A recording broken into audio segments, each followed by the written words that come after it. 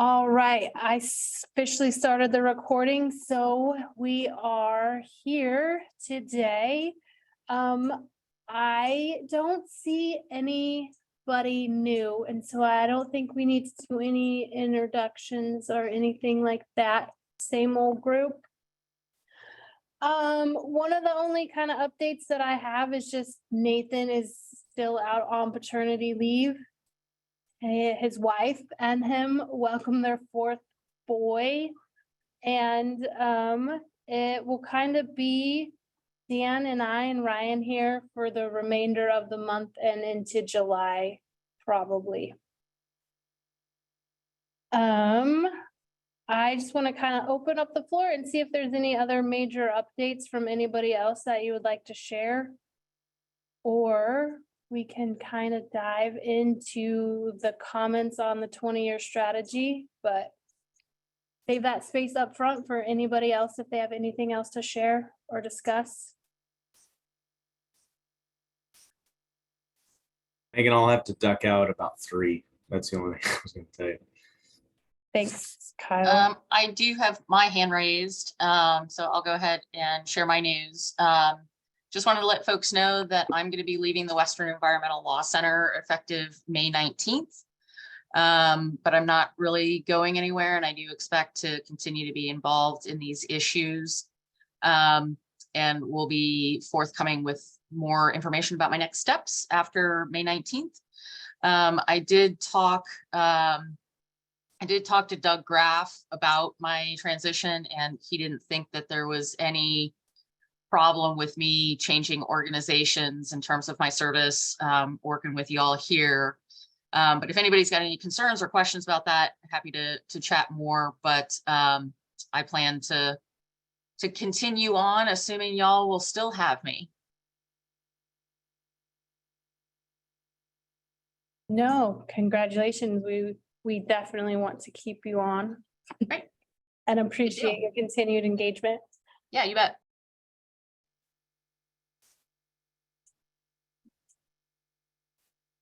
Thank you, Susan Jane. I guess sorry y'all. I'm homesick today, so I'm leaving my camera off. To spare you the coughing and nose blowing and stuff. But I just wanted to let everyone know, being the larger organization that we are, I'm working through getting comments synthesized from our team. And our team, I say that because we have my staff, my team members are spread out through many of these groups that I think Nathan and the team on the ODF side, Dan, others were engaging through this process. And so I'm trying to make sure that I'm synthesizing that feedback into a nice coherent document, so you're not dealing with so many separate pieces of edits and feedback from us, Megan and Dan. But I just want to let you know that that's sort of, I probably will take the full week this week to get you any input. So apologies for the delay. No, we appreciate that and recognize that, and are happy to accommodate that timeline. Yeah, and this is Amanda in the room. One other thing on that note, starting tomorrow is the Oregon Society of American Foresters meeting the rest of the week. So might be tough. I don't know if anybody else on the call is going to be there as a professional forester, but our partner, but just another thing to note. Yep. And if there are issues and stuff that do arise, we'd like to stick to the timeline that we have established, but if there is space that's needed a little bit, we can do our best to accommodate. I think the bottom line is we're not going to turn away your good feedback. Right. There's no cutoff date. We still welcome it. Yeah, and I can't see who's all on the call, but AOL is an ex officio member on the Oregon Small Woodlands Association board, and I know Mike Barsotti has been at some of these meetings, but I know I highlighted the draft plan, just given that small woodland owners are sort of that rind, right, oftentimes in the WUI, kind of between what we would consider more of the landscape, resiliency or landscape pieces, and then the urban pieces of the state. So I highly suggested that they get you guys some feedback on the plan. I know Rick has it, so Rick Zen has it. So I'm not sure what their timeline is going to look like to get feedback, but I did make sure to bring that up at their board meeting today and request that they get that information because it's a unique voice. Great, thanks. Yeah.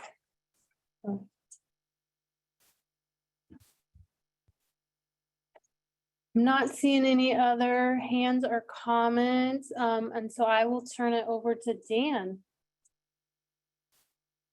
Well, great. Thanks. Welcome, everybody. Really glad that you are here and that I appreciate the comments that I have received so far. I've received 2 sets of comments, I believe. And, this first part of the meeting is really just an opportunity to have a discussion and sort of open that up for sort of sharing and kind of interaction amongst us all around your reactions to the report, things you liked, and also things that we can improve upon. And especially focusing on things we can improve upon because we want to make this as good as possible. So I guess I think the best way to do it is just open it up and maybe for those who have already submitted comments, if you want to jump in and sort of share some of those comments. There's some things that I think are important to discuss. We also, had an ASIG meeting this morning for 4 hours that sort of where we started, going through the report as well and kind of thinking about it a bit. So we want to take the comments that you guys have and those comments and sort of figure out where to go with it going forward. So, we're all kind of thinking about it. And this is an open conversation to kind of hear what you guys thought and help us make it better.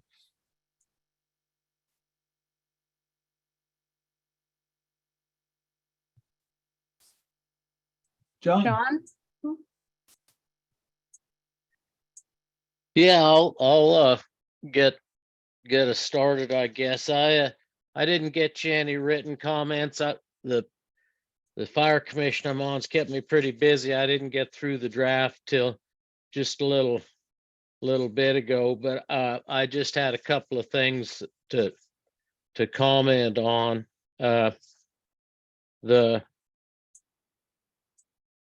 On the priority actions on the ground, the bullet points, wanted to suggest another one,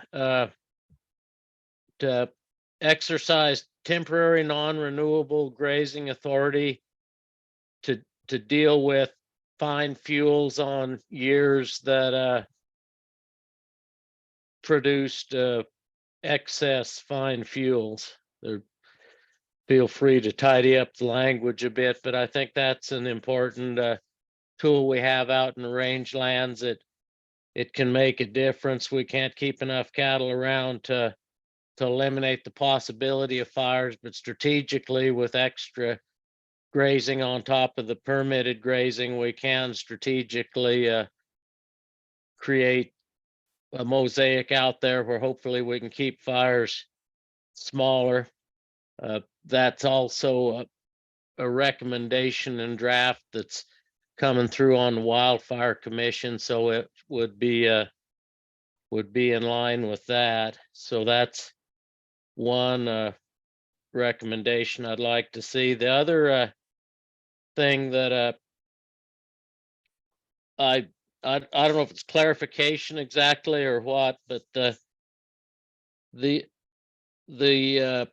non-priority areas, the discussion of new projects and non-priority areas, I suppose that is probably a little more straightforward in the forested landscape. Get out into the rangelands, it might be a little different where the issues, the fine fuels especially, tend to vary annually with the precipitation patterns, and And, you know, you don't just have a fuel load to address, you address it once and come back in a generation. So I think we need to allow a little more leeway for the areas that aren't priority areas to keep their ongoing projects going. All of the juniper projects will have reprod, and those will need to be addressed in a timely fashion, hopefully not have to wait till they're in a priority area. The sage grouse LITs that are not in a priority area, they will want to have ongoing projects. And it isn't really clear in the plan if this only has to do with infrastructure and Inflation Reduction Act money or all restoration money. So I think anyway, if that could be changed to leave a little bit more latitude for ongoing projects out of priority areas, at least in the rangelands, and I suppose there might be a little bit of that in the forested as well. Those were my two comments that I wanted to bring. John, with the, if I got this right, temporary non-renewable grazing authority, is that correct? Right, and that's a technical term. And is that something that what's the limitation on that? Is that something that like requires funding or just permitting or? Well, it requires probably most of all encouragement of the agencies to develop processes. And again, that hopefully will be coming from the commission, but it also needs to be, I think it'd help this report look a little more balanced between the timber and the range if we had some language about the rangelands in your bullet points for on the ground.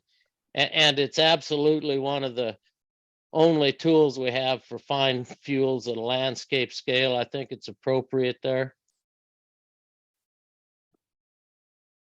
I certainly appreciate that. I totally acknowledge that this is not equitably balanced across the rangeland and the forest lands. Yeah. All right. Thank you, John. Joseph?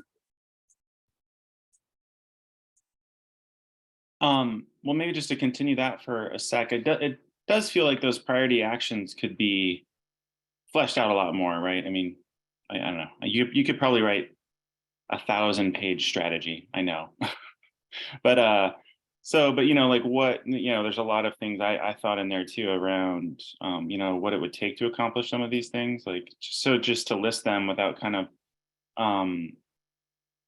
talking about some of the challenges with them, you know, or some of the nuances, or, you know, there's a lot you could probably flesh out. And I wondered about taking each one of those bullets and you know, at least describing in a couple sentences what, you know, what some of those issues are, you know. But just more broadly, I just want to take a step back, you know, and look at the whole strategy for a second. Like, I wondered, and I don't want to open up a can of worms here, but I did wonder, does this strategy, do we meet the intent of the legislative language to develop priorities for on the ground restoration actions? I mean, we have a geography, but I was struck by, you know, how that differs from what Washington did, where they really did have watershed by watershed priorities. And I know there are some chloropleth maps in there that do that, but they're just sort of informative, right? They're not priority watersheds. So I just wondered if you all did sort of a gut check on that. Like, did we meet the intent of the language, which is to develop priority geographies? Yeah, let me try to address that, because I think it's really, it'll help with context, and you can discuss and debate what you think about what I say next. So the approach we took on this, first thing, I think, who's the audience for this report? And I think the audience is primarily the agencies. And because it's really about guiding the agency operations to become more coordinated amongst themselves and also coordinated more with the groups on the ground who are sort of creating the conditions and doing the implementation and all the work that needs to get done, right?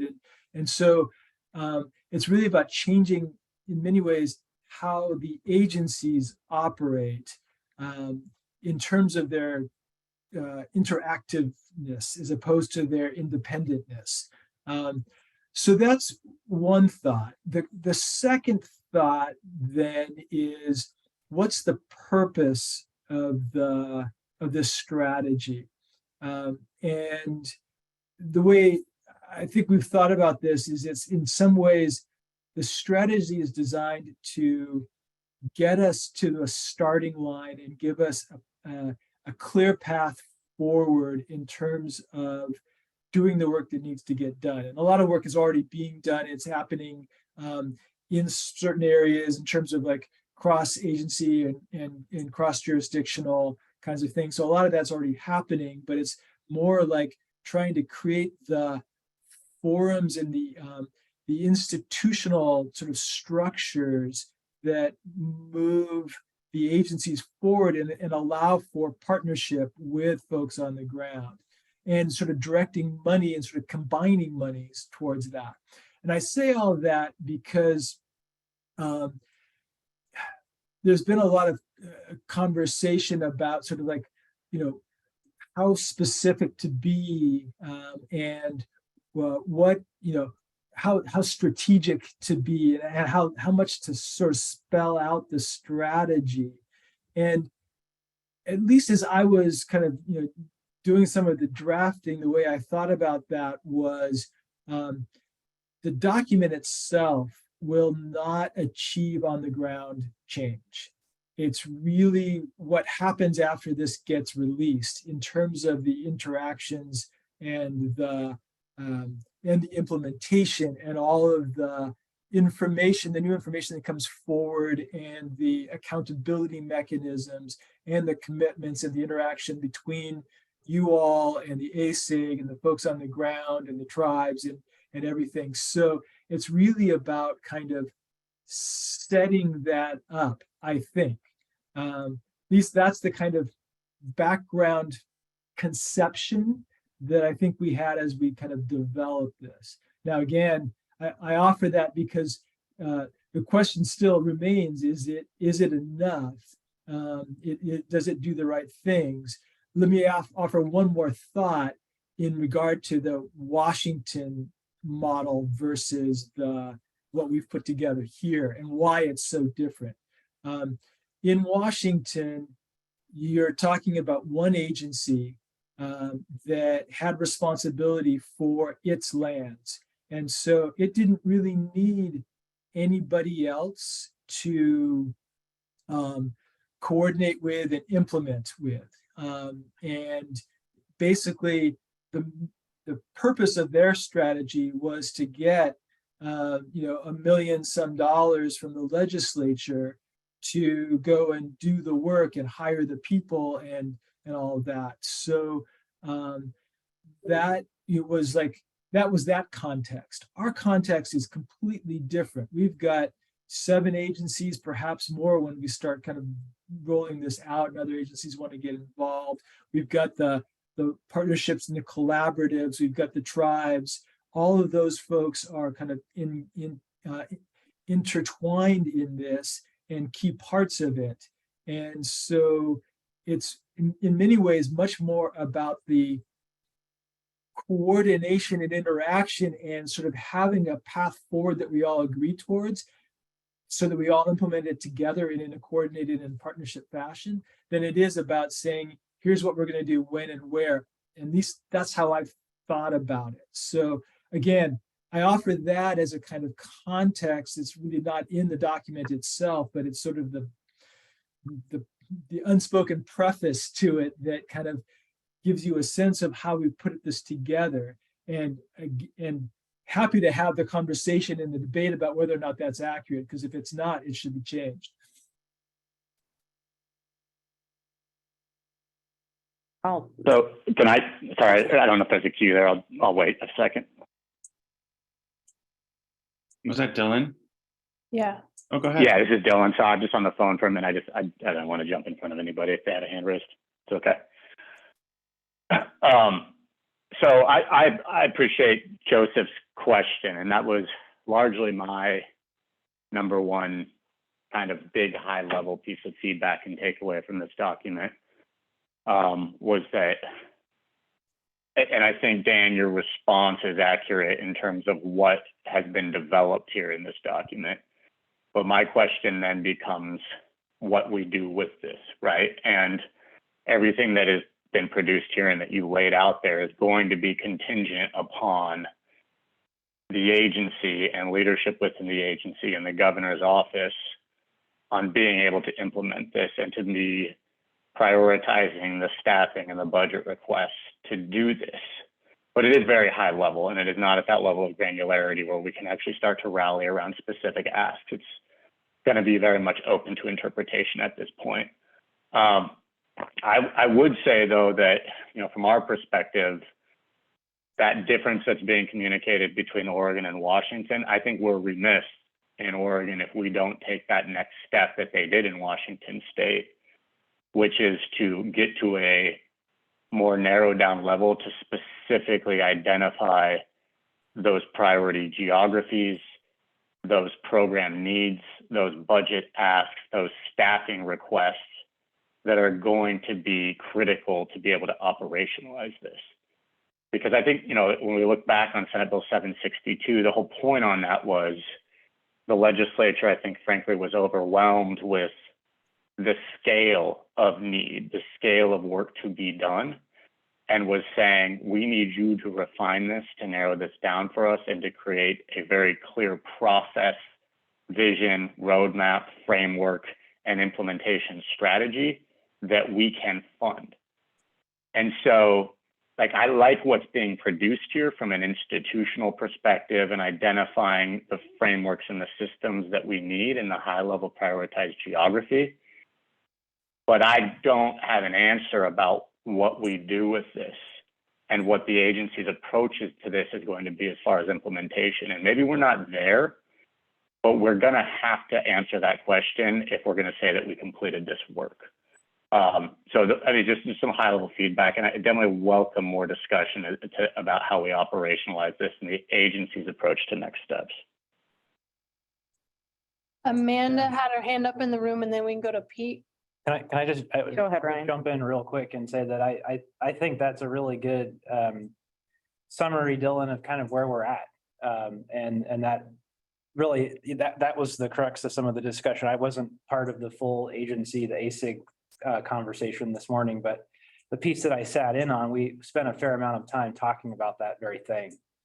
And so I think that's the inflection point that we're at this point, is thinking about, all right, what does implementation look like? We have identified a number. In fact, I was just reviewing a staff report for an upcoming Board of Forestry presentation that really clearly articulates a number of, components that are needed in order for us to move forward.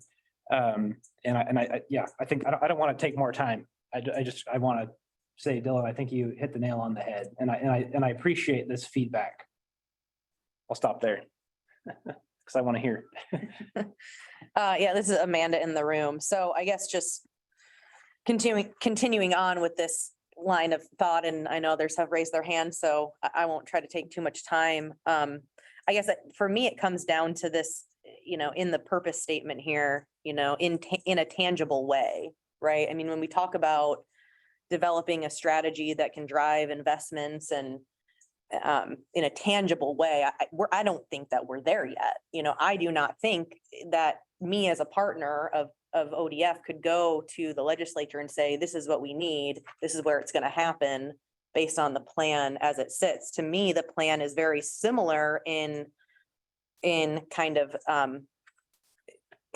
high levelness, and even maybe a little bit higher level than even what we got from the Governor's Council on Wildfire Response. To me, this is very similar as far as a product and what was kind of determined there of what the needs were, which is good. I mean, it's sort of saying similar things, which means that everybody kind of is galvanized around the same types of things.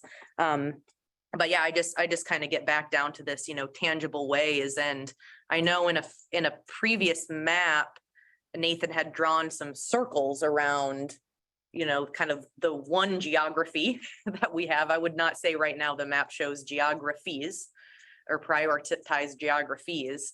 And so I don't know if obviously those circles didn't make it into this, and there is no kind of plan in here about how do we tackle that large geography, right? What is the strategy? How do we actually, I guess that's a subset of all of the lands of Oregon, but how is it actually prioritized, right? We can't, the whole thing of this is sort of that, I think Dylan might have come up with this, or maybe somebody else on the call or somebody that isn't here, is the random acts of restoration, right? To me, I don't feel like we get away from the random acts of restoration by looking at the plan, because there isn't really that tangible strategy of how we prioritize to invest. So with that, I'll kind of stop there and let others move forward.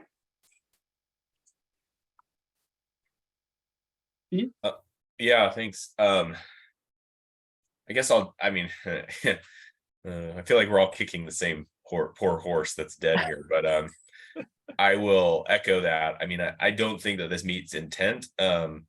I think that it does a first course level job at identifying sort of a subset of lands within Oregon across different ownerships that sort of rise to sort of some level of priority, but I think it is ambiguous in how it's depicted. And I think that that's going to come back to bite us. I think both in terms of the legislature and how thinking about audiences, whether that's the land management agencies, tribes, local partnerships and collaboratives, the interpretation of this map, I think, will be, because it's presented as sort of a binary, you're either in or out, it's going to create consternation about, well, how do you incorporate the sort of a finer resolution of data that identifies where priorities are in those local landscapes? How do you incorporate investment in years 3 through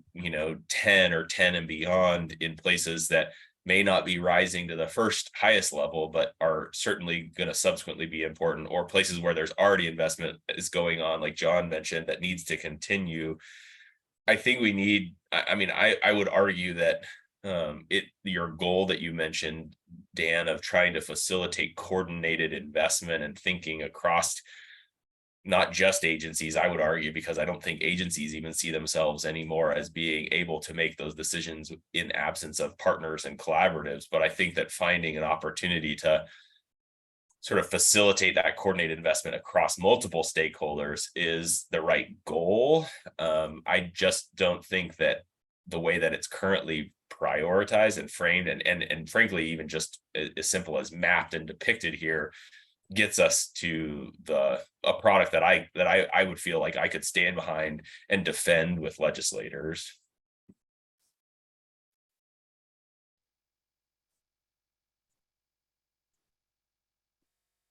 Kyle?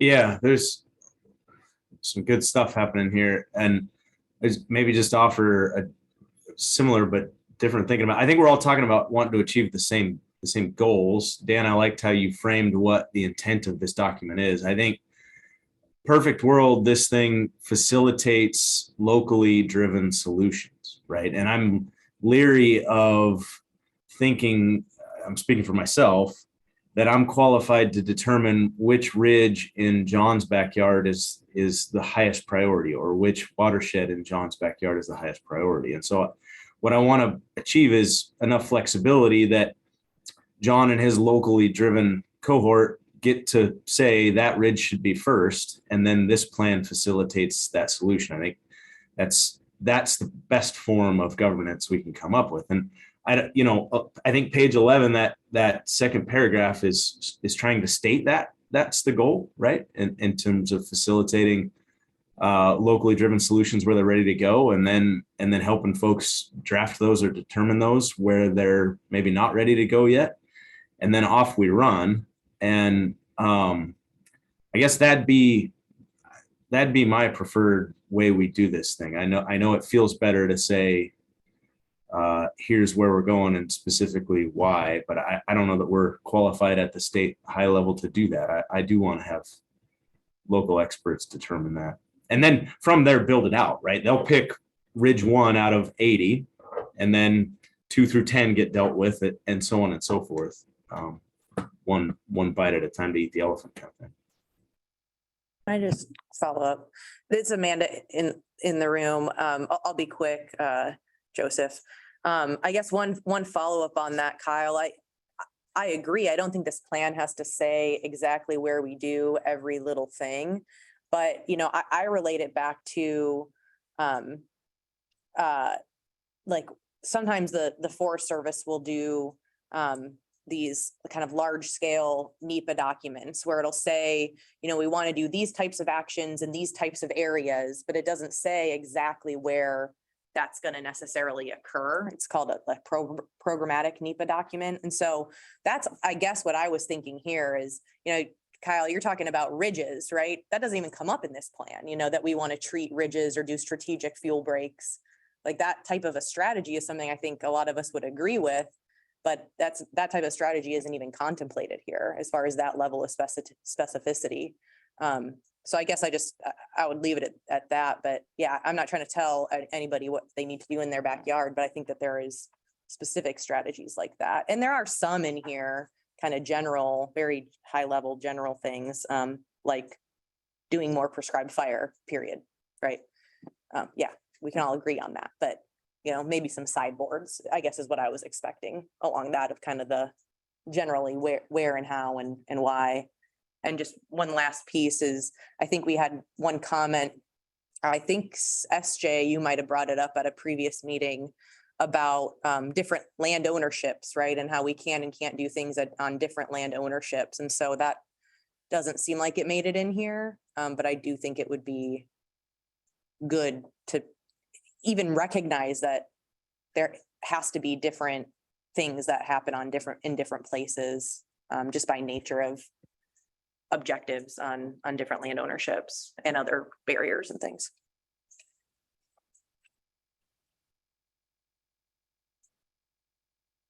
So we're just rolling. No time to respond. Joseph, go for it. I wanted to kind of just sort of echo what Amanda said. I do think there's somewhere in between this 20 million acres and 20 acres, right? I don't think, there's no way that we're going to be able to have a statewide plan that says, treat this particular unit. But there's got to be, I think, a middle level of prioritization within that, identified priority geography, because that's going to enable us to figure out what those obstacles are in a given area. Is it a ranger district that needs staffing, that they don't have enough people, or we don't have enough, people that are able to do the piling work, or prescribed fire is a big issue. And where I live in Southern Oregon, how are we going to do all this work given the smoke issues? And then we're in a maintenance area for the Clean Air Act. And, it's able to us to sort of then dig into those capacity issues and dig in on the, maybe we need a lot more outreach in this area because people aren't liking the prescribed fire, whatever it is. But I don't know that this plan would enable us to make those kinds of investments in regions to be able to specify what those obstacles are and, where we need to invest.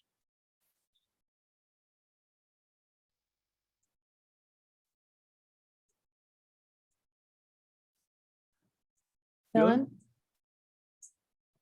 Sure, thanks. So yeah, and I think just to kind of close the loop on this, then definitely agree with Kyle. I'm not anticipating that level of analysis down to that site specific, project specific, that's absolutely going to happen in coordination. And I know we're doing that, working with collaborative groups, working with the district staff, thinking about this on the ground as far as implementation. But I think about like, if we were to do an exercise right now and Ways and Means calls ODF's leadership in to talk budget, like, and they might, right? Like that might happen tomorrow. And says, let's look at your budget. And they said, okay, here's how much we're going to give you for the landscape scale restoration program. Here's how much we're going to give you for the small forest owners land program. Here's the FTE that we're going to give you for all this stuff. And if they were to say, where are you going to go with it? How much are you going to match? What are we going to get for it? Would we be able to answer that question? Now, I know that like a lot of what's being produced here, we're thinking it's a 20-year plan, right? So like that's like a better exercise for next biennium. But that is at least the level of detail that I would want to be able to see in this, to be able to say like at this Huck 8 watershed scale, these are the next 3 geographies. These are the next 3 places that Oregon's going to be focusing our energy. And it's going to be because they have this risk, they need these types of treatments. There's this much opportunity for match and leverage. The feds are investing there, and we need this many $1 million to do it. But that alignment, I think, between the way that we are funding and talking about agency programs and budgets is not there yet. The legislature and what is being funded is fundamentally different than the realities of what we need to do. So I would want to see us using this document and this strategy as that leverage to change the way we are approaching forest and fire management in Oregon from a mitigation perspective, to reframe that dialogue and make sure that the agency has the authorities and the adequate budgets it needs to actually implement at scale. Because right now we're kind of taking what we can get rather than driving the conversation from the other side. So I'll jump in real quick and agree, Dylan, that that's the place we definitely want to be on a number of topics. My experience has been that we don't have the data and the sophistication to be able to do that right now. And that's kind of speaks to me in terms of where we're at with this plan and the recommendations that are in there to make those investments. And it's a combination of investments, I think, in technical tools, as well as capacity, and some of that being social capacity, to be able to have those sophisticated conversations and really honestly answer a lot of the questions that you all are raising and you want to answer. And I think that the document as it is right now kind of calls out some of those needed investments. And in fact, that's some of the work that we've already started to do over the past year or so. And so when I look across the state, I see that there are some places where we have high capacity local groups, collaborative groups that have garnered the resources and made the investments to be able to talk at that level of sophistication for the region where they're working. But what we don't have, from my view, is a good coordinated system statewide to have that level of understanding and sophistication. And that's part of what we need to invest in and build. Yeah, let me offer a thought also on that. This debate about how specific should we be versus how broad, and then do we know enough? I mean, the way we've approached that is to focus on local level planning and assessment as an initial investment area. Sort of, I think this is what Ryan was saying also, as a way of kind of developing that information so that we understood better at the local level what was needed, and within these broad geographies where the real work needs to be done and in what sequence and what work is, right? So that's one sort of thing, and maybe that didn't come out as clearly as it should have in the document. That's a sort of a linchpin really for getting the specificity. There's something that Amanda said that really struck me, which is that the circles that used to be on the maps that aren't there now, and it strikes me that those circles are never real circles, but in terms of like really meaningful circles. But the concept of them actually has been implemented in the way of we've actually held forums with the collaboratives and partnerships. I think it was either 7 or 9 sort of groupings around the state in those priority geographies of the sort of groups that are working there. And what's I think missing in the document, maybe among other things, but that, Amanda's comment sort of struck me is making the connection between the agencies and those regional groupings of partnerships and collaboratives, and sort of the connectivity from ASIG to that region, to those groups, so that it's not, all 33 or whatever number there are, but that there's actually maybe 5 or 7 regional groupings. And what we haven't figured out yet is what does that structure look like, that sort of allows for and supports the local groups and the sort of connectivity between the local groups and the agencies. And that's something that I hope we can actually get into the document, or at least some sort of principles around it or something like that. But I think that plus the local planning is kind of the way we've thought about getting to the questions that have been sort of batted around here in this first hour or so of what needs to be done actually on the ground. What are the real actions? And where, and in what sequence, and how do we get it done? I have a quick question. I think that's really helpful, Dan, to think about it that way, and to recognize that is how the sort of regional groups have been used, right? And that they are sort of grouped. Are those regional groups or regional groupings developing some type of a appendix or supplemental reports that will be tiered to this? Because I guess I'm thinking about it from ODF, right? ODF is developing this plan. ODF is the lead PO or PI, right, if you will, on the report, on the plan, and with partners, right? But I almost am thinking about it from, okay, this plan is sort of like the FMP, Forest Management Plan, right? And then there's implementation plans across the state, right, that provide additional specificity. And then from there, we have annual operations plans with additional specificity. And so, I mean, if I think about it, the Forest Management Plan at ODF does have some specifics about, what's going to occur, kind of where and how, to a certain extent, with enough detail that we can do modeling, right? Now, I'm not saying that we necessarily have that for the entirety of the state or the landscapes that we've identified in this large polygon on the map.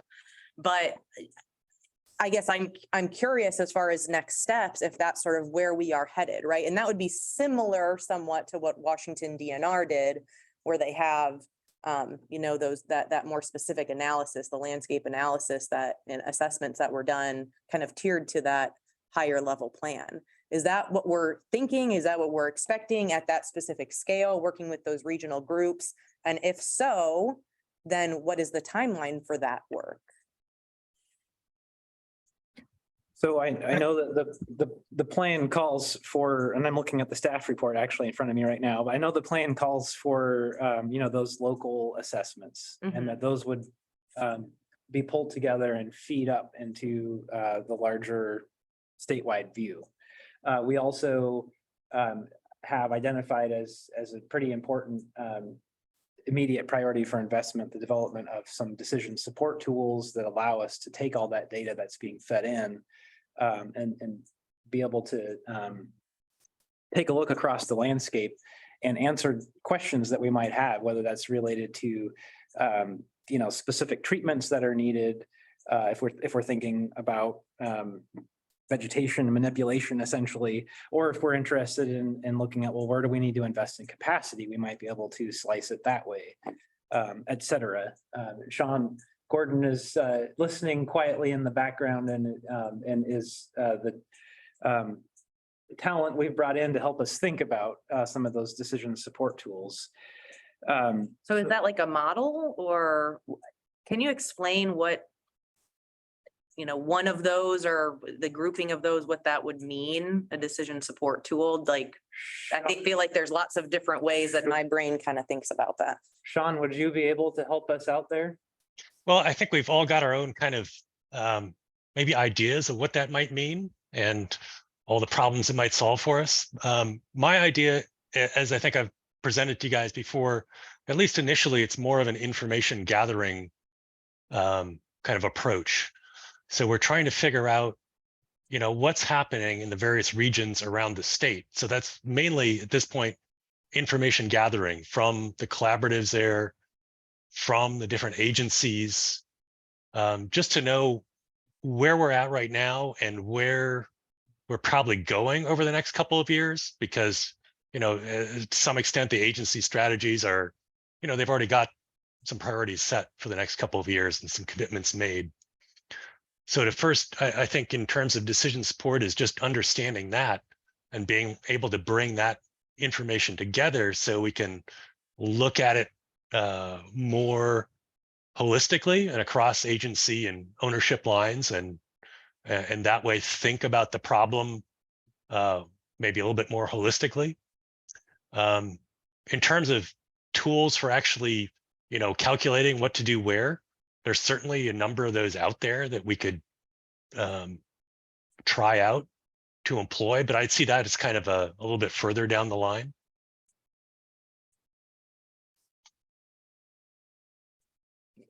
I mean, it helps to a certain extent. I just, I'm engaged in a lot of these conversations around changes to the IFPL, and, there's this new decision support tool around how folks decide which IFPL we should be in, right? And what that is as a decision support tool is data that goes into a system that spits out an answer that helps someone in a decision-making capacity decide what the right, level we should be in is. And so to me, that's what a decision support tool is.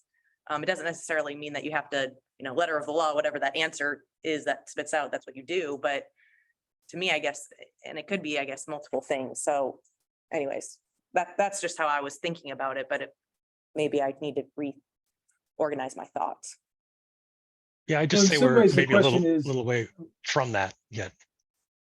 Yeah, and part of the question is I think, what are the decisions we're trying to make at any given time? So for example, one decision will be, when is the right time to adjust the priority geographies, and should, and where should those new additional priority geographies be? So we would probably want to, draw from the QWRA and from the local mapping exercises and assessments and things. If there's decisions about investments and sort of coordinating investments across agencies, then we want to maybe different information. So I think it really depends on the information, or so the decisions we're trying to make as to what tools and information we need for that. I'm going to just jump in real quick and say, with apologies, I have to leave for another meeting. I really wish I could stay. I'd actually prefer to stay and be part of this conversation as opposed to the one I'm going to. But really glad I was able to join and appreciate this conversation and feedback. And we'll look forward to hearing how the rest of it goes here from Dan and Megan. Thank you. Yeah. Thanks, Ryan. Thanks, Ryan. Joseph? Dan, I was just to follow up on the decision support tool stuff and all that. I think those are going to be super helpful down the road. But circling back to that, did we meet the charge of the legislature? And I guess I just wonder if, we've identified a priority geography, but it's a geography. It's one big one, and I just still wonder, even if it's not the circles, something that gives a gradient of priority within that, 20 million acres of where the needs are the greatest. It feels like that would help us then answer that question immediately about where investment is going to be needed to do things, or maybe where it's not needed, where we're understanding there's already capacity. That's great, but where we're able to use this as a measuring stick on some level. about where to go. And I guess I agree that the decision support tools are going to be helpful down the road, but I don't think they help us right now to answer that question. I might build on that, if it's all right. I think, Go for it. you know, my thought is too that I think you all, I mean, Dan, I mean, and Nathan, when all of the team that came together to meet with the state leadership group and the ASIG and then have the regional sort of partnership and collaborative meetings. I mean, I think you all did a valiant job at collecting a wide range of perspectives, input, and different sources of data. And ultimately, I think I see reflected in the map of this sort of one larger geography, or a, you know, again, this either yes, no, you're in or out of that priority area, an integration of both sort of the quantitative data analysis that that overlay of the QWRA and then the landscape health or landscape resilience metrics, as well as what I'll call a wide range of qualitative inputs in terms of NEPA acres and readiness and other priorities from local land management voices. What I think, and so that all leads me to believe that, you know, I think the broad outlines of that geography or that subset of Oregon might be the right one. But again, I would argue that within that, we need to get down, and I think we can appropriately call on the quantitative data sets we have, and the resolution of those data to get down to like the Huck 5 scale to say, you know, these are the high, the moderately high, the medium low, and the low priority areas. And I think that just adding that one additional layer within that larger footprint of this is the priority geography within Oregon, to say then this is how we would within that prioritize, recognizing that ultimately there's the local landscape evaluation, there's the other qualitative data and there's the readiness and capacity elements. Like all of that has to be integrated. And I think we can articulate that, but I do think that we need to get this product to a place where there's some sort of, again, I would argue like Huck 5 level, you know, prioritization or ramping from high to low within that. I guess I'll offer my thought on it. And Megan, you should also weigh in here from the sort of from the agency side of things. I'm not sure that we have the data to make those decisions. I mean, getting to where we got was challenging in and of itself. And so trying to go further, I mean, it's perhaps possible, but perhaps not in the time frame we have. And I'm not sure with the support that we would need, so the general agreement that we would need at this stage of our development in this process, which is why we sort of ended up where we did, you know, with this sort of very large geography, with a recognition that we need to work with the local folks to assess it further. And then we also, you know, again, I hear you all that it's not everything that we would like, and that perhaps does not fully meet the stated expectations from the legislation. And yet, you know, so we didn't want to kind of go beyond where we could. But what we also said was making a commitment that in essentially 18 months, updating the geographies and other aspects of this based on, you know, a new QWRA and additional data and the decision support information that comes forward, and, you know, whatever comes forward from the local groups. You know, one of the things I didn't mention earlier was, like, in addition to like working with the local groups, we also did the qualitative capacity assessment that gave us some sense of the sort of local capacity of local groups. And we want to build on that and work with them to sort of enhance those capacities, and where they have plans, start working with that. I suspect, going back to your question of sort of like, where are we going to like spend the money first? It's probably going to be where the agencies have already made those commitments, because they're already working in that direction. You know, we've got the wildfire crisis strategy, and we've got those geographies, and we've got, you know, where ODF has put its money, and where other agencies have put their money. And that's probably, you know, as a core anchor, that's probably where we'll start until we kind of get these processes in place and we start working together to kind of move to the next level of work. Again, I'm happy to like have this conversation and sort of see, are there other ways of achieving it? But I'm just trying to sort of consider where we are now and how to address those concerns that you're raising, which are reasonable and valid, given where we are and what we've got to work with. I have one comment. So Dan, I guess one thing that I keep hearing as maybe being implied or assumed is that we need local groups to get work done. And I'll point out that one, this is an all lands approach, of which we don't need local groups to do work on private lands. So that doesn't line up there.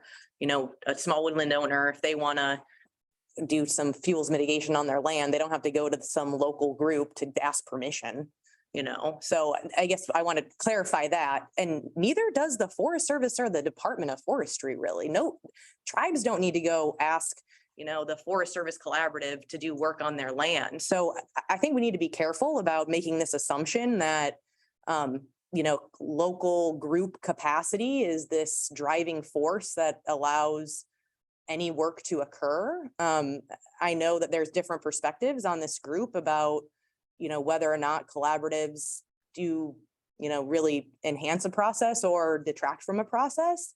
But I want to clarify that there's lots of places across the United States that do not have collaboratives and get really great work done on federal lands and private and public lands. So I want to be careful with that, and just put that on the record that one doesn't necessarily lead to the other. And it seems like there's an assumption being made in some of these conversations that that is the case.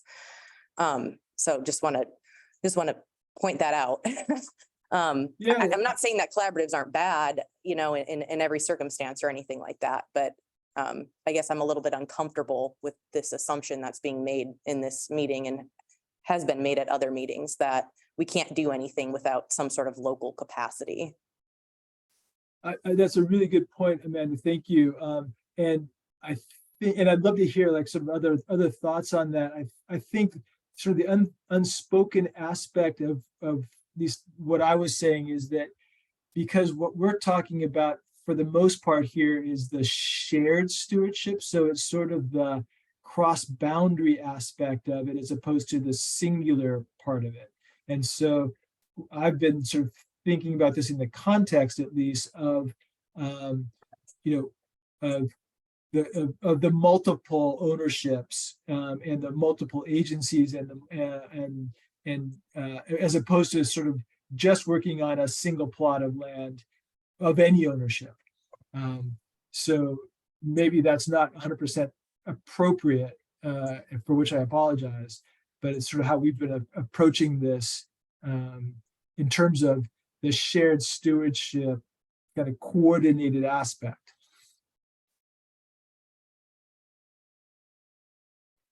Susan Jade?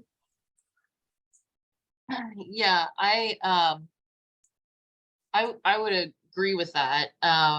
You know, Dan, I think that, you know, if we're taking our cues from shared stewardship and the shared stewardship agreement between the feds and the state, then, you know, we do need to be thoughtful about public acceptance of these treatments. And if we are trying to increase the pace and scale of restoration treatments across Oregon, you're gonna need public support for that. And so I agree with Amanda that, collaboration is certainly not a silver bullet, but it definitely can help you develop that social license to get to scale. We cannot just get to scale by fiat. Of course, that level of public acceptance may vary depending on landowner. If you're talking about federal public lands, you're going to need public support for what you're proposing to do. If you're talking about a private landowner, that's not a concern. State lands are still public lands owned by the state, but in trust for all Oregonians. And so you do need some, again, public acceptance there. I think we've seen what happens when we manage state lands when you don't have public acceptance, and that causes all kinds of trouble. So appreciate the point that not every decision has to be run through a forest collaborative. I don't think anybody's proposing that. But I think that we do still have a ways to go in terms of developing broad, wide public acceptance for getting to scale. And I wouldn't want to rush it. Otherwise, we might not be able to claw it back. So I just would offer that. Dylan, I see your hand up. Yeah, thanks. So I think there's a process here. I think you have the ingredients for what we need to be doing, like thinking about some constructive next steps. I do think we need to take a step of getting to that Huck 5 level, right? I mean, that was in the Washington 20-year plan, and it created a level of detail that allowed us to advance the conversation and to implement the systems that you've outlined here, right? But it got it to a manageable level, because right now when we drop 12 million acres on there, it's kind of like, what does this mean? But that Huck 5 kind of analysis of those forests paired with the values at risk, the prioritization that went into that, and the treatment types started to get to a point where it maintained, it allowed it to be implemented and allowed it to drive it while still maintaining enough of that local input to actually do the project development process. So I would really encourage us to think about trying to get to that level of granularity and pull some of those out in these really high priority areas that we've looked at. And then I would want to see some additional language. I don't know if it's a forward, I don't know if it's a process of next steps from leadership at the agency about what they intend to do with this as far as immediate next steps. And I know we've identified like having these roundtables and talking with partners, but I think the key on this is for the agency to be like talking about what they're going to be doing as far as budget requests, how they're going to be directing their staff to go out and to start doing the local engagement work on this to further refine and do the local planning efforts. And then to begin the political process of coordinating with the governor's office and the legislator and stakeholders and federal agencies to actually make this actionable. But I think I need a little bit more meat there, because right now it's very much trust us, we've got this, we've got systems, we'll address this later. I want to see that more up front so people can know how to engage and that there's meaningful action steps.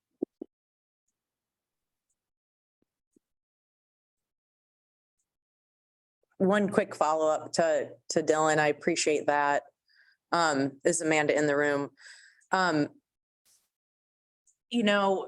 it relates to a smaller layer, smaller level, or like, one tier down, whether it's Huck 5s or whatever, whatever scale we're trying to get at. The other thing in here, there's an identification, a list of priority actions, right? And it's kind of everything under the moon. And I'm wondering if I don't know if it would be a modest adjustment or edit to the document, would be trying to group those priority actions within the geography that has been identified.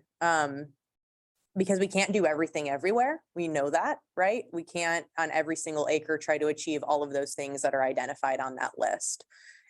We might need to do a lot of those things on that list, but there might be one specific linchpin or two that are holding up our ability to get more work done at scale in any given area.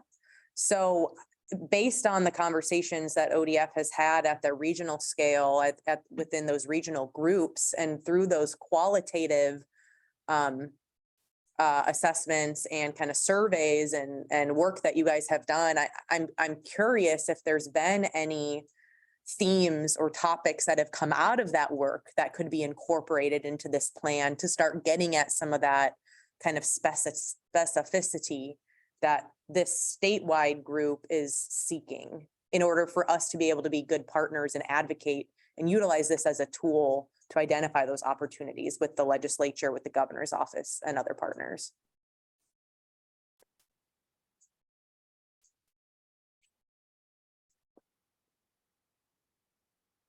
I mean, there were very much some common themes within the CA that EJ did. And I guess a lot of the thinking is empowering and providing that consistent agency staff at the local level to help facilitate and give, you know, pretty broad parameters, but allow them to generate and create their own MOU and an own governance from within that at each local level. And that's where their priority projects, where they're ready, where it's planned out, is ready to go. And that's all seen at the statewide coordinated at the statewide agency level to then kind of guide and direct all the investments that the agencies have the ability to into what is you know, predetermined by the local levels through, you know, a lot of the inconsistency statewide of agency positions there for that local planning efforts, but empowering while providing, you know, some sideboards for MOUs within each identified region. And, you know, like we have two really good examples in the state, but making that more so. And so it's. I guess I'm just surprised that one of the things that didn't come up was local operator and contractor capacity. I mean, that to me is like in specific areas, I know that that's a barrier to getting stuff done. So I guess that's what I'm asking about, those specific barriers to getting more work done like that in some areas it's not as big of an issue, in other areas it is, like in the Bend area with all the work trying to get done out there with the 10-year wildfire crisis strategy, the big grant that got funded out there from the LRP program, et cetera. I mean, they are getting much better prices on work on the ground, which ultimately I think that's what we're all looking for here, is getting more work done at the ground and what is actually driving that work getting done. So, you know, they're going outside of their typical working circle and getting better prices because the folks within that working circle are so at capacity and there's not more capacity. So there's a lot of these things that I think people in this group and regionally know, but I'm not seeing those things translated into the plan. But I would guess that you guys have collected some of that type of information, more specific than just we need more staff from ODF or we want an MOU. Like, Well, right. I mean, just like you're saying, like you don't need permission, or the landowners don't need permission, but if there's a way to coordinate, hey, this landowner, this small landowner, this large landowner, this federal landowner, they're all doing like, what can we do to coordinate and contract under which is the best contract region with the same ones, or have that list, or have that data, have that available at a coordinated level. I mean, it's not necessarily permission, but it's just providing, you know, are we going a Viper route? Can we utilize Viper and that kind of things? Like what options are available and how do we pull in that to help with the decision? So contracting authority was the biggest issue? No, I mean, it was capacity. It was definitely inconsistent agency capacity is what we heard. Workforce was very prompt, like one of the major things. I guess just some of that information being incorporated into the plan, I think would be really useful for us to better understand what types of investments in what areas are needed. I guess that's just what I'm trying to get at. What I can offer there is in the end of the report, in the appendices, there's a summary of the sort of statewide results of the and lack of like 50% mentioned the lack of capacity. Yeah. for contractors. Yeah. Yeah. Sorry, Dan, go ahead. No, I was gonna say the same thing. I was gonna highlight that summary that sort of showed what the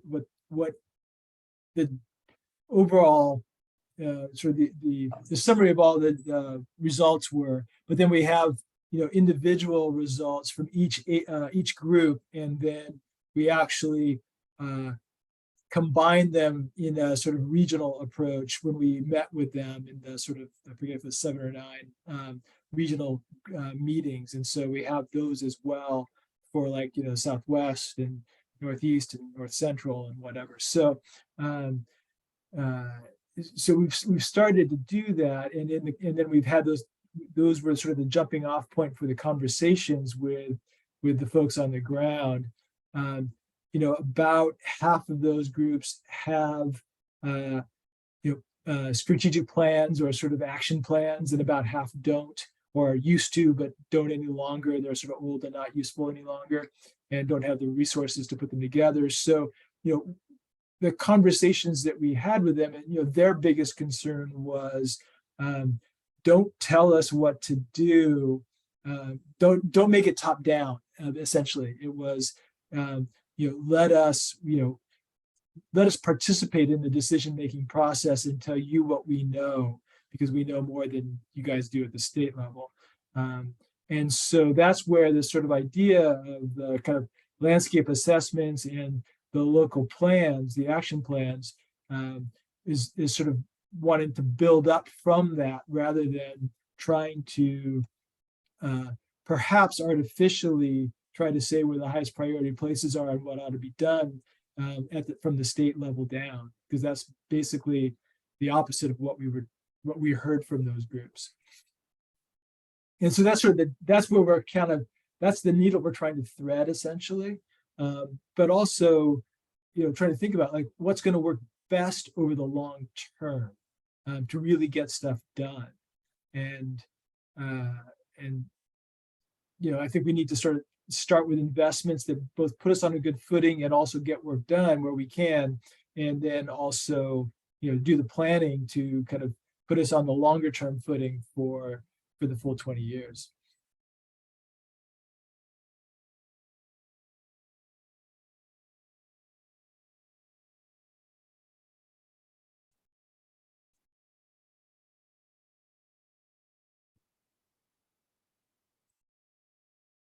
And I'm gonna go back and ask a question I put in the chat.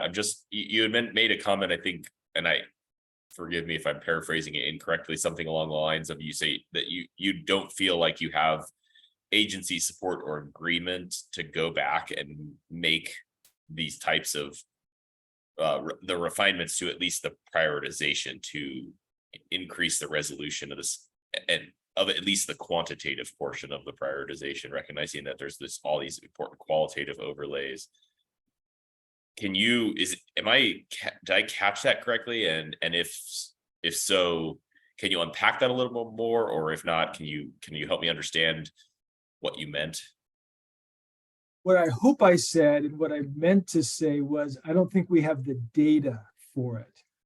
It's not a question of agency willingness or capacity so much as we don't have the specificity of data to create a greater resolution of prioritization.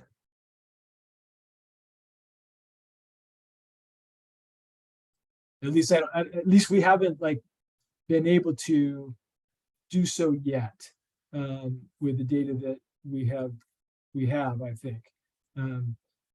We've worked with Sean, we've worked with Mirica to kind of gather up the data we have, but we've been working at a Huck 10 scale, and we have not, and we don't, the word I got was that the resolution is not sufficient to kind of really go much deeper than that consistently across. I don't know, Sean, do you want to weigh in on that? Yeah, I agree with that, Dan. And, I haven't engaged with the local groups that much, but one of them, and it was really eye-opening, the differences in their prioritization versus our kind of, limited statewide attempt at prioritization. So I think there's really a lot of factors in there that we were not able to capture at the statewide level in a consistent way that are very important for actually identifying priorities more on the ground. I guess I get that for identifying priorities on the ground, but again, to say at the Huck 5 or 10th field Huck scale, at least the input data that you have vis-a-vis the quantitative wildfire risk assessment, climate water deficit, national insect and disease, like those, I guess I shouldn't speak for the SageCon EcoState data. John might be able to speak better to that, but at least for those other data, effectively we're following a very close roadmap with our own modifications to what Washington DNR had done, and they're able to get to a prioritization at the Huck 5 scale of, at least high to low. Although that changed quite a bit, when they came and talked to us, that ended up changing quite a bit when they moved down to the local scale, and those Huck 5 priorities didn't hold that often in their kind of later stages. So that, I think, kind of made some of us question whether, it was worth trying to push those in our case. I guess the way that I would think of it is just the flip side is that it shows a willingness at the state level to not force top down, but it at least gives us a product that we can go to legislators and say, we did the job, we gave you a prioritization, or of where to go beyond just there's 18 million acres here that are important for us to invest in. I just don't know that the message of if they're going to give us another 15 million for landscape resilience and the message is just trust us, we'll find the right place to put it. I just don't know that that's going to fly. This question, in terms of this level of specificity and prioritization for the purposes of the legislature, when do you think that information is going to be most useful and needed, and sort of and I ask that in part because we've been gearing it towards 2 years, essentially 18 months from now, in preparation for the 2025 session, because that's the next long session. So if that's wrong, let me know, but that's how we've been thinking about it. I guess what I'd say, Dan, is yeah, that's the big picture. We need to furnish enough detail in this so that the agency can develop an agency request budget so that they can begin to quantify the funding requests and the FTEs that they need to work with the governor's team to actually think about operationalizing this, right? And that process, you really got the next 6 months when you need to be furnishing them with those data sets so they can sit in front of the board and say, we're going to do something different here, folks, than we've historically done.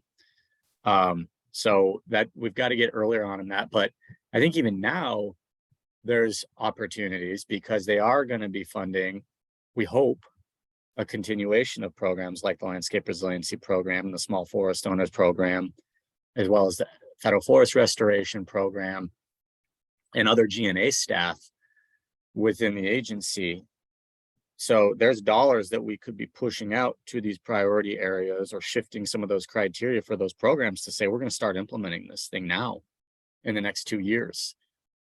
Plus, we've got all the BIL and the IRA money that's coming in, and the agencies saying, here's where we're going right now. What's the state going to be doing with its resources to try to complement those? So I definitely understand the challenges associated with a cultural shift and the budget dynamics and wanting to have more data sets, but just given the resources in the system that we have right now, and while we still have that interest from the legislature in this issue, waiting 2 years for us to put this thing into play, I think is missing a lot of opportunities. So I think we need to move these things in parallel. We need to look at the funds that are coming in and the direction we've already received and a lot of federal resources we can match, and then focus on that ARB timeline and board and governor engagement to actually think about the cultural shift for 2025.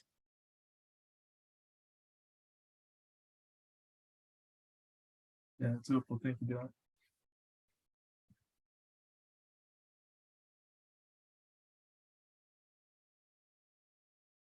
Like, I don't think it's out of the realm of possibility that we could be looking at, another $20 million to be playing with, which is not insignificant, right? Even Are in you a tighter talking in budget this environment. legislative session? Sure. I mean, you look at the GRB, and what was in there for the small forest landowners and for landscape resiliency program, that's 15 million between the two of those, right? We've been pushing above that with a lot of the folks here to get us back to the levels that were in 762, but I think at a flat CSL and what was in the GRB, I think it's very reasonable that we could be looking at that. Once you start looking at FFRP on top of it, plus money that's going to be coming in from the feds for GNA, additional state and private dollars that are going to be coming in through BIO and IRA, the agency could be sitting on a nice little $20-25 million, bank to be focusing on for this biennium.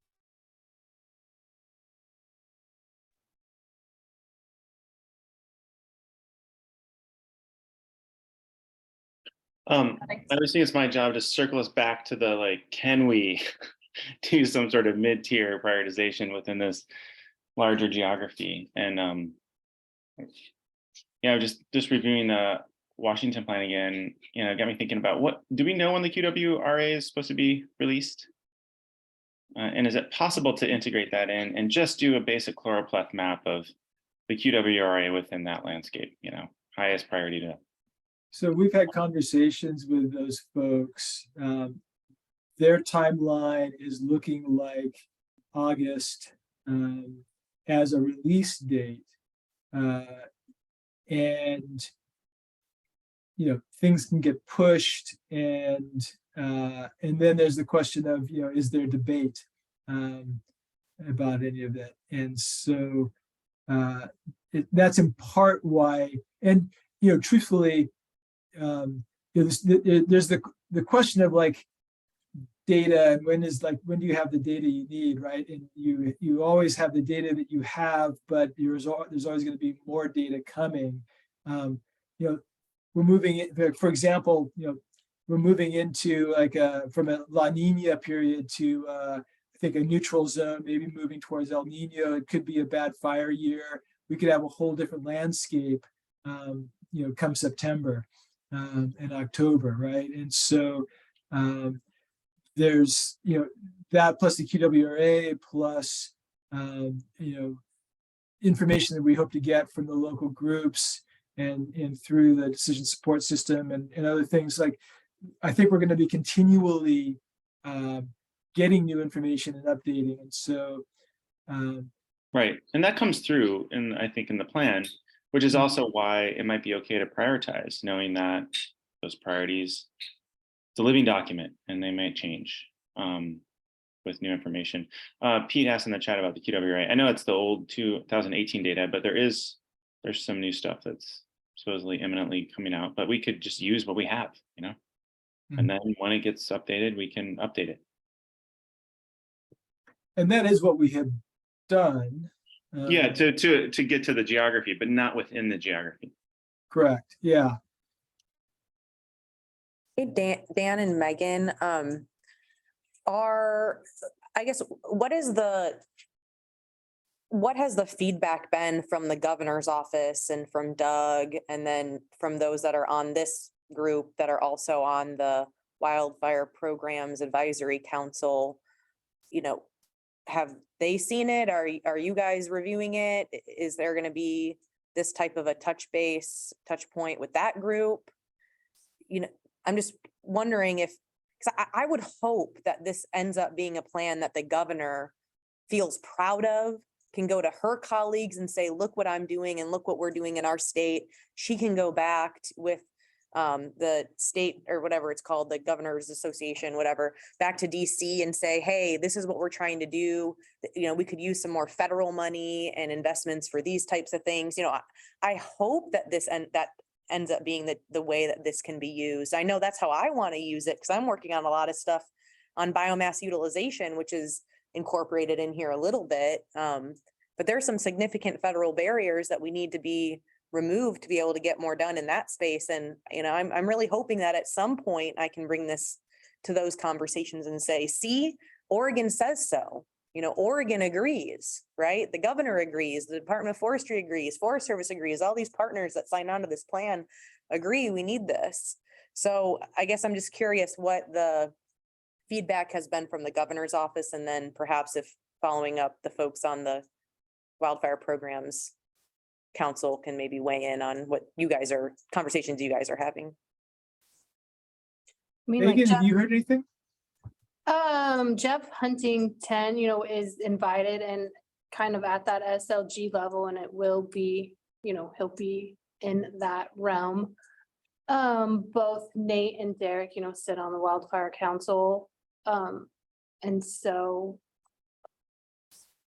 I know that Nate shared with Doug. I haven't heard any comments back, like specifically, unless just not yet on the timeline.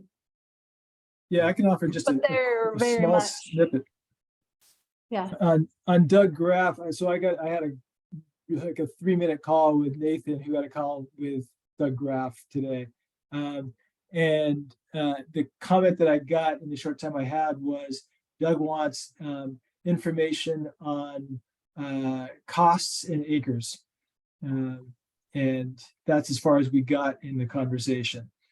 So I think, you know, that suggests, one, he's read it, and two, he's interested, and also wants more specificity. And I'll just jump in, Amanda, and offer that, you know, Doug was out of state last week and he's just returning. Had the wildfire briefing this morning with the governor's office. So things are moving pretty quickly. But yes, we do anticipate Doug being heavily engaged and having review on the strategy document before it's released. And then Senate Bill 762. And by Doug's interpretation, this report will end up going to the Wildfire Programs Advisory Council, along with Doug, the governor's office, and presiding officers.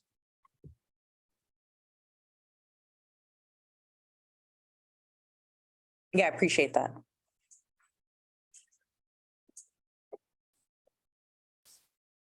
I guess I'm wondering, just from a process perspective, and are you, and we don't have any final decision-making authority in this body, that final decision comes from the state leadership group.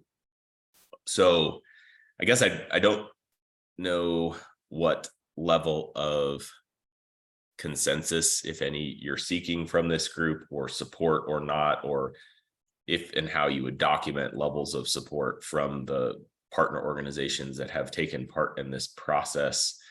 But I mean, I guess for the intent of putting a bow on this conversation today, are we trying to get to a place where, are you hoping to get us to a place, Dan, where we all say we support this? Or, you know, if we come out of this with ideas that it's not there yet, are you guys still just going to move forward?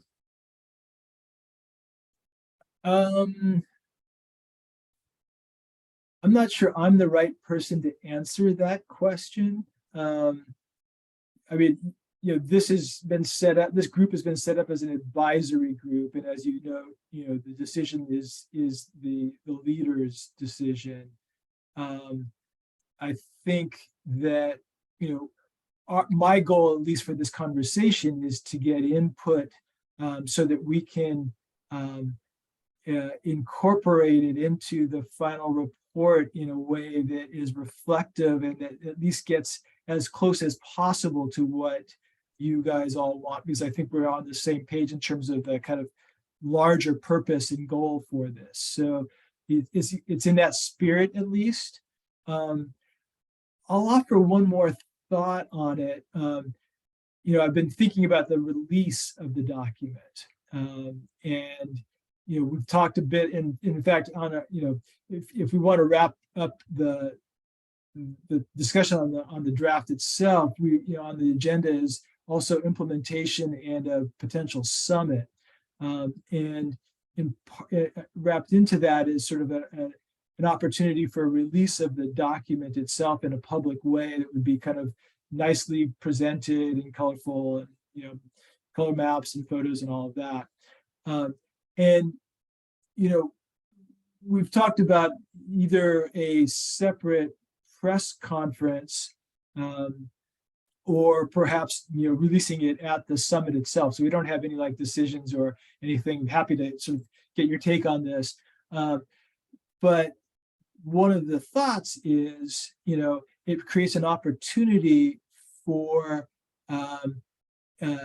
displaying support for the strategy and for the approach by a wide range of folks. So, you can imagine, for example, if the fire season's really bad, perhaps the governor wants to be involved in that. And sort of showing that she's taking leadership and that this is something that the state's really working towards, et cetera, right? And if we could get like a wide range of people showing support from tribes, from private industry and ownerships, and from folks on this call here that all are saying, this is a good direction to be going and we support it, that would be nice. I don't, that's going to have to be up to you all. We have to first see, like, are the agencies all on board with this? And I don't yet know the answer even to that. So this is long in the future, but it's sort of part of my purpose here is sort of planting the seed in terms of potential opportunity and direction, and in a way of kind of promoting both the importance of landscape resilience to address wildfire risk, but also this kind of cross-boundary, cross-agency, and sort of broader kind of support for the effort to do this work and fund it, and create accountability mechanisms to make sure that we do. Did that even come close to answering your question, Pete? Yeah, it did. It's helpful. I just need to chew on it. Again, I don't think that the product yet delivers on the intent.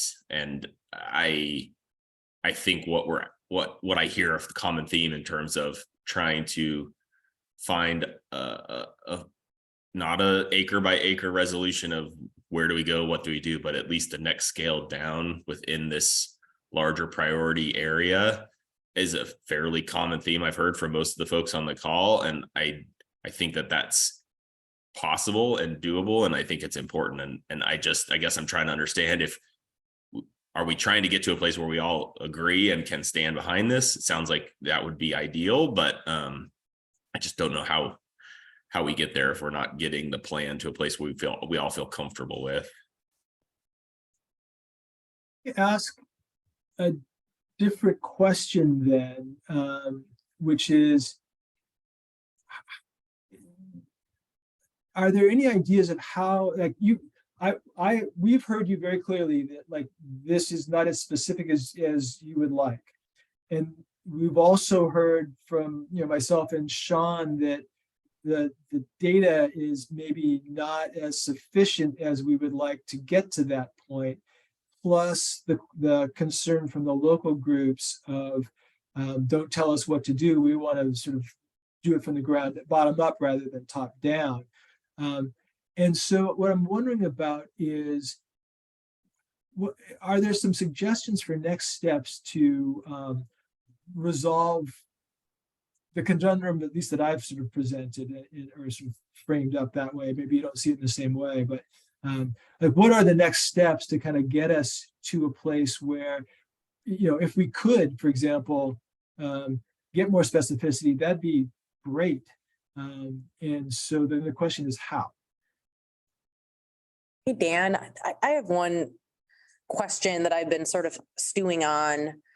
So, I mean, I can't speak for the entirety of the state, but down in Joseph's area, with with SOFRIC down there and their Rogue Basin cohesive strategy. I mean, where we have strategies like that, why can't that just be incorporated into the plan? I don't think that the state and Salem needs to tell the local folks what to do, but where we have those plans, why can't those just be incorporated such that they make, logical sense to a certain extent, but where we have that, put that in, and where we don't, where local groups haven't had that capacity or don't have, large scale plans and kind of all lands plans like that, or this strategic approach, to me, that's where the state steps in and says, based on the information we do have, this is what we think should occur. And then from there, we move forward. I definitely don't think that the state should be telling those folks at the local level what to do, but why not just, can it be as easy as just incorporating what they've developed into the plan and then kind of working from there? Joseph, you got your hand up. I think that's a good suggestion. Joseph? But I wasn't going to respond directly to it. Okay. Dang. I mean, the only thing I worry about that is, just that we're comparing apples to apples, and if everyone has a different approach, then we're not. But yeah, I agree with that. And I just you raised two reasons why we shouldn't do this. One is that we don't have good data, and two, that it'll be top down. I mean, one is the data is never good enough. I mean, there's always better data coming out, and we never have. Well, and that's why I think it's a living document, and you update it when you get better data, right? But secondly, I mean, I think we're already it's not saying that within this landscape, if it's, dark red, you're a priority, and if you're just kind of slightly less dark red, you're not a priority, right? It's just offering, some prioritization within the landscape that can be helpful when you're deciding what to do and where to spend money. And it's not saying that if you're, a lower priority, you're zero priority. So I don't think that it precludes, I don't think it's like top down so much that it precludes, some nuanced approaches within that priority landscape if you were to prioritize within it.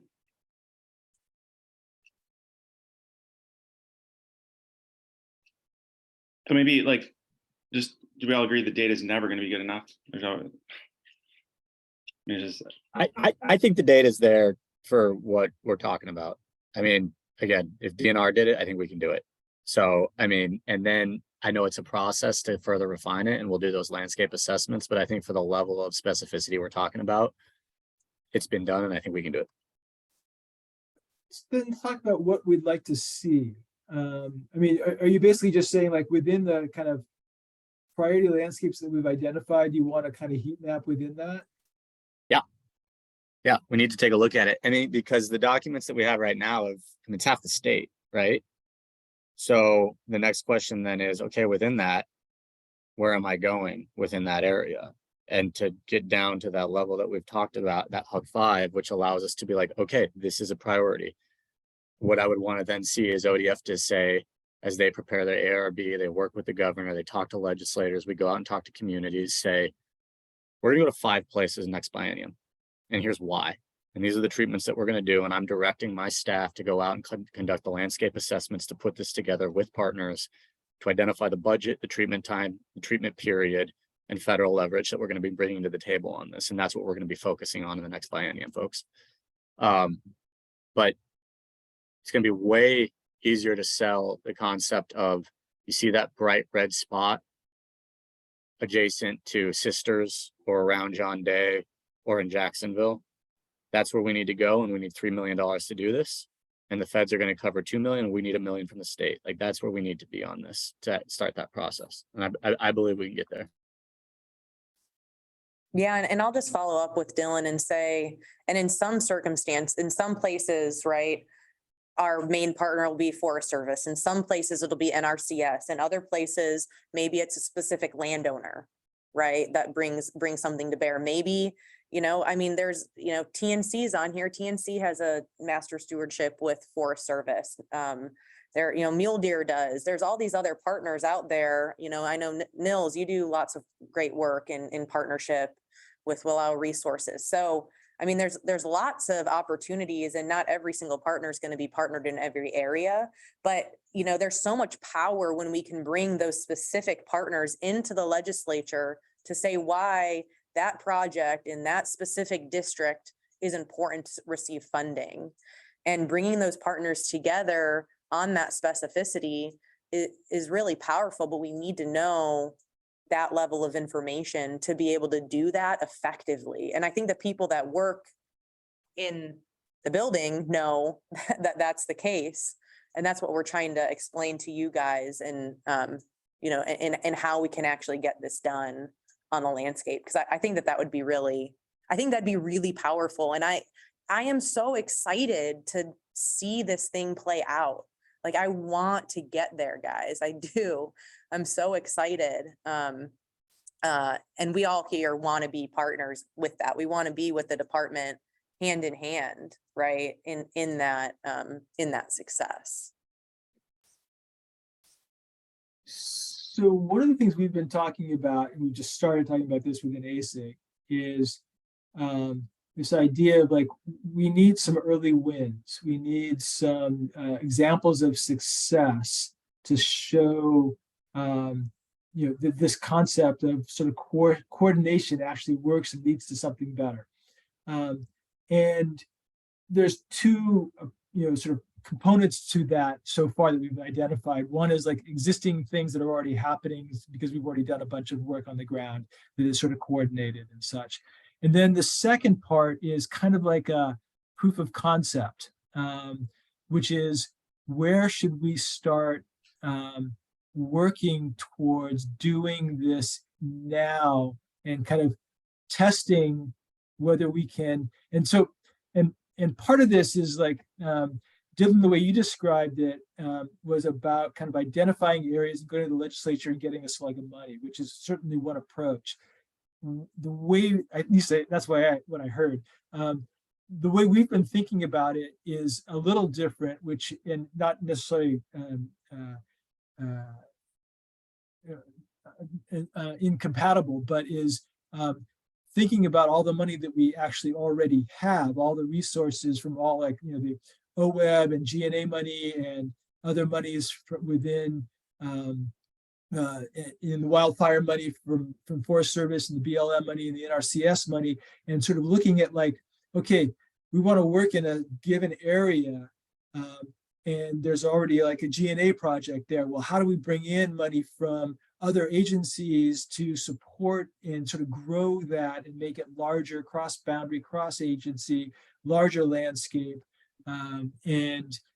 So again, they're not necessarily inconsistent, but the reason I say all this is because one of the things I wanted to sort of seek from you all is, and we've already started this within ASIG as well, is sort of starting to think about where are some of those possible areas where we could do that. And I think that in some ways that's what we're already talking about, is sort of starting to do the actual work, where those high priority areas are.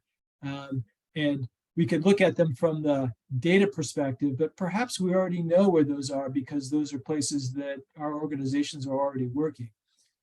So I'm sort of curious if that's also a pathway to kind of getting at some of this.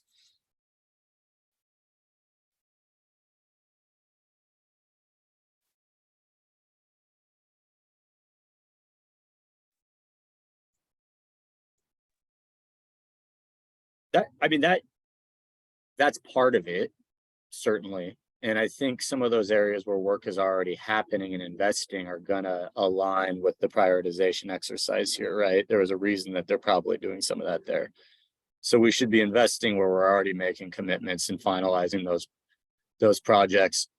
But in the context of a 20-year plan and beginning to build that pipeline and making strategic long-term investments and a process to get there, and the cultural transition that we're talking about in terms of how we staff it, how we plan it, how we fund and implement it, we need to lean more into those systems and be looking ahead rather than trying to fund the work we're already doing right now. Because so much of that work is going to be completed in the next few years here. So like, if it makes sense to go there, by all means, plus it up. And I think we're probably going to be doing a lot of that. But if we're thinking about something that's going to push us through 2020, through 2040 or 2045, I think we need to have, this level of detail and projections that we're talking about as well. Yeah, and I guess to go further on that, Dylan, what does success look like in 2045, right? Like, what would we all say success is? Like, okay, we did this. This is what we looked at. This is where we left it. This is how we're gearing up for the next 20 years or whatever. Like, what is the state that we want to be in? As far as the landscape, what should the landscape look like? What should that pipeline look like? What does that process look like? And I think, to me, that's what I think about with what Dylan just said is, yeah, of course we should incorporate more coordination with the monies that we have now available to us from IIJA, from IRA, from, EQIP, et cetera. Yeah, that gets us over the next few years. But if we haven't started looking beyond that today, then we're already behind, right? And we already are behind right now, I feel like. So how do we do both of those simultaneously? Because I think what you said, Dan, is important. But I think what Dylan said is also critical when we think about the 20-year plan that this is supposed to be.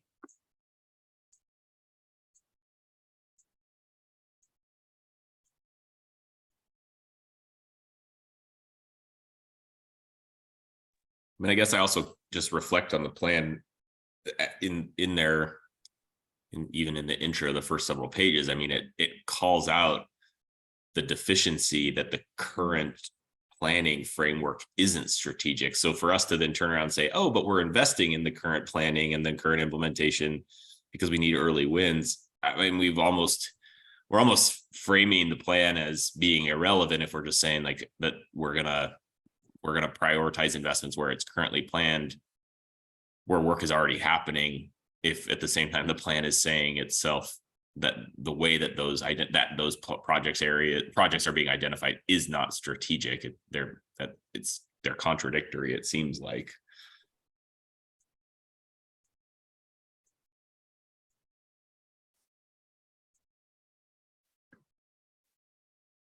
Are there areas where you all would sort of point us to for the future?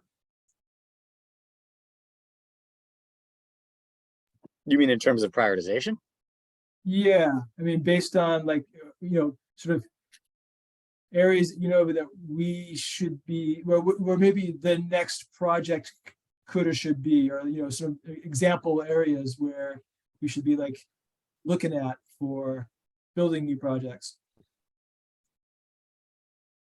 Well, sure. I mean, I think that's effectively, like I said, I think if you zoom in and you start to look at that Huck 5 scale, and yeah, maybe you refine it, but it starts to show up, right? Because we just are we're filtering the values that we've already done. And you've done that in this with the QWRA, looking at existing prioritization, insect and disease, other values at risk.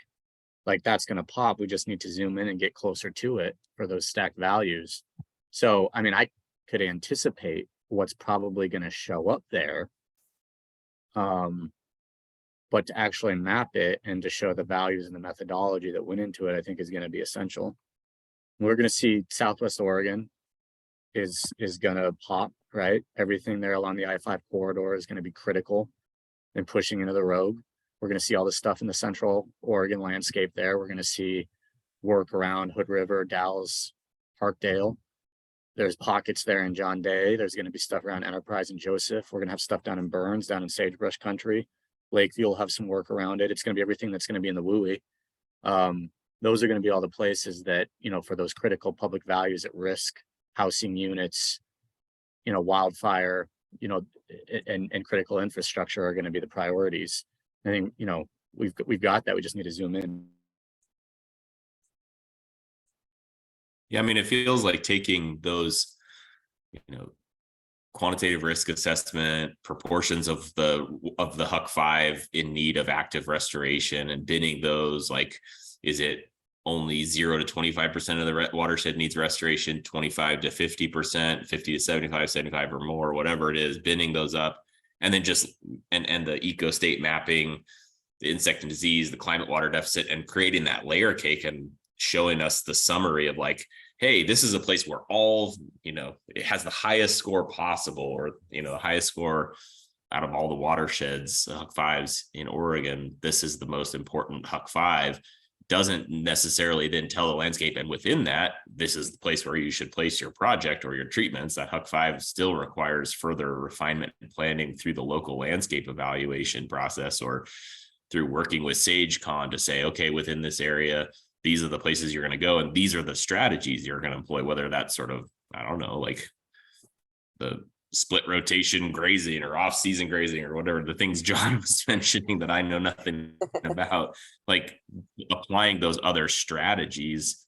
That's the stuff that has to come later. But I think at the very least, in order for me and to defend something and make sure that it's transparent to external audiences, our partners who aren't involved in this, like OSU Extension, who are working on the ground with these communities, for us to be able to stand behind that product and sort of defend that there's a transparent methodology, and we've identified these are the Huck 5s within this larger 18 plus million acre portion of Oregon, and say this is where we should go. I think that's specifically kind of the layer cake we're asking to be built here, so that we can point at and say, yep, these are the red spots. And these are spots that aren't quite as red, but they're still within that 18 million acres. They're just maybe where we go 3 years from now, or 5 years from now, or 8 years from now, or something like that. Yeah, and Pete, I appreciate you saying it exactly like that, because I guess that's what I was expecting to see when the 20-year plan came out. And the question, Dan, that you raised to us of where do we want to go, that would have been probably the first question I would have asked 2 years ago to this group, and then kind of worked from there, or had said, okay, here's what we got based on that layer cake like Pete described. Does this make sense to you guys based on your own experience and your knowledge? And then gone to the regional folks and said, hey, does this make sense? What do you guys think? And I guess maybe it took us getting this much work done and this much process to get to this point. But I would hope that that is where we're headed. And that is hopefully what some final version of this 20-year plan includes, is that at least that kind of layering of all the data that we've already gotten, because I tend to agree that we can always try to get more information. But, as a forester, I think we have what we need for the level that and the scale that we're looking at.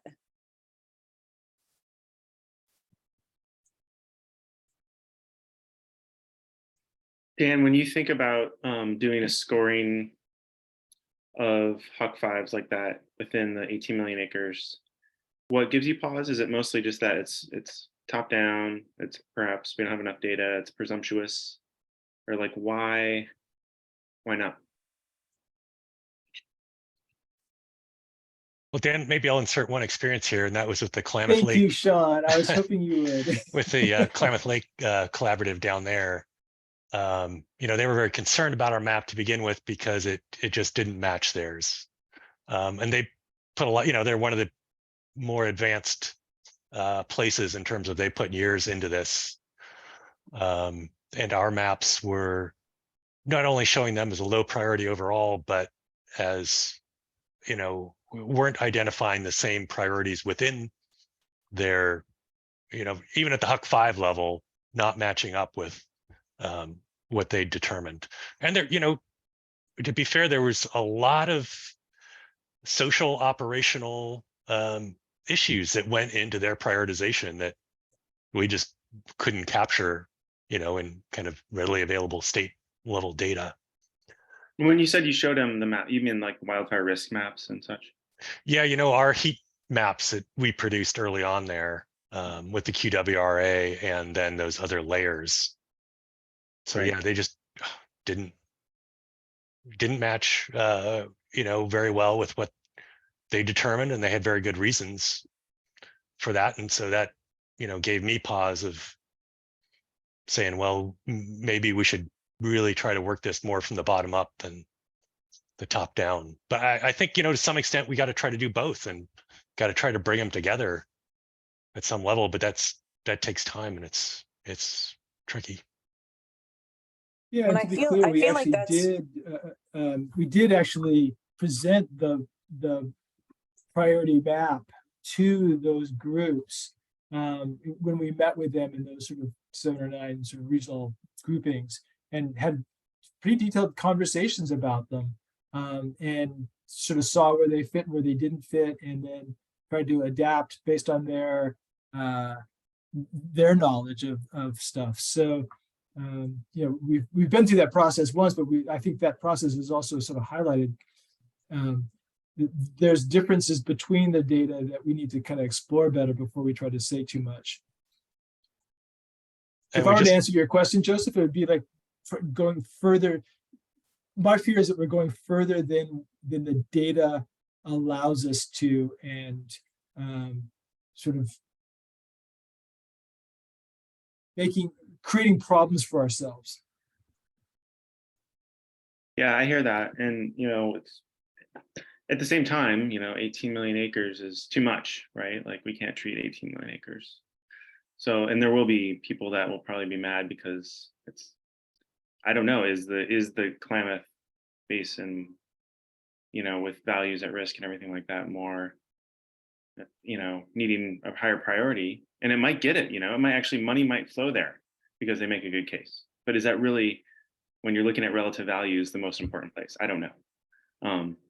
And so that's why it's tough, but like perhaps we have to put something out there that does prioritize within 18 million acres. Otherwise, then we're not being strategic, Yeah, and Joseph, it just strikes me, in the wildfire risk map, or I guess now we're calling it with a hazard map, if the bill passes. That fixes all the problems, just change it. Well, a local process was developed into that, right? With an appeals process and everything else. And so, yes, we use data as part of the RAC. We determined what that data should be and worked with OSU to get it to a place that was okay. And so there's this map, right? This state top-down map. Well, then that's going to now, hopefully in this new process, going to go to local communities to be able to ground truth, right? Like, did we get it right? Models are only as good as the information you put in. And so, garbage in, garbage out. Well, we can't get it all right. So now we adjust based on information from the local level. There's nothing that says we can't do that. We're making this up, guys. We can do whatever the heck we want. So, we can start with all the data, and then we can go to the local folks and say, did we get it right? And adjust from there. And that's kind of what I was saying earlier is, the state kind of fills in those gaps where we don't have that local data.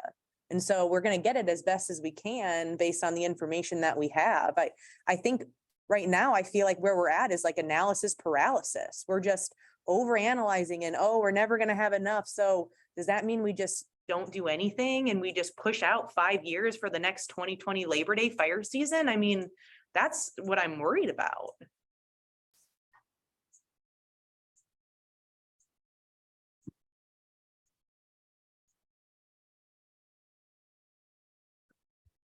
I'll note that it is 4:02, so we've kind of come to the end of our allotted time. I'm happy to stay on if you want to continue this conversation, but I also want to allow people to go to their next thing if they would like to. So, thank you. This was a lot of food for thought, and I at least can say that I want to make it as good as possible. And I have heard you all loud and clear in terms of desiring greater specificity. I think there are ways that we can do that. Some of them make me nervous, and we'll sort of sort out how to do that in a way that kind of threads all the needles. But we will. I'll definitely take this back to to Nathan and Derek, you've been, and Megan, you've been sort of listening to here. And so we'll be talking with Ryan and others and with ASIG. And so we'll kind of put our heads together and see how we can make all this work in the way that I think we all want. Thanks, Dan. I would just take a second to acknowledge Amanda's observation and just say that I think there are some analogies to be drawn here between the wildfire risk map and the maps being used for prioritization. And we will have to have some conversations and plans around how to land both for public acceptance and acceptance for their purpose. I know in some of the conversations around updates to the wildfire hazard map, I'm just adopting that term, whether the bill passes or not, so we can appropriately talk about environmental hazard. But we are looking at how to incorporate things from community wildfire protection plans, and I'm guessing that there are also analogies with maps here from the local assessments where there are values baked into their social and cultural values that are not consistent from one locality to another. And that's just something that we'll have to wrestle with and address as we try to have both ends meet against the middle. Thanks.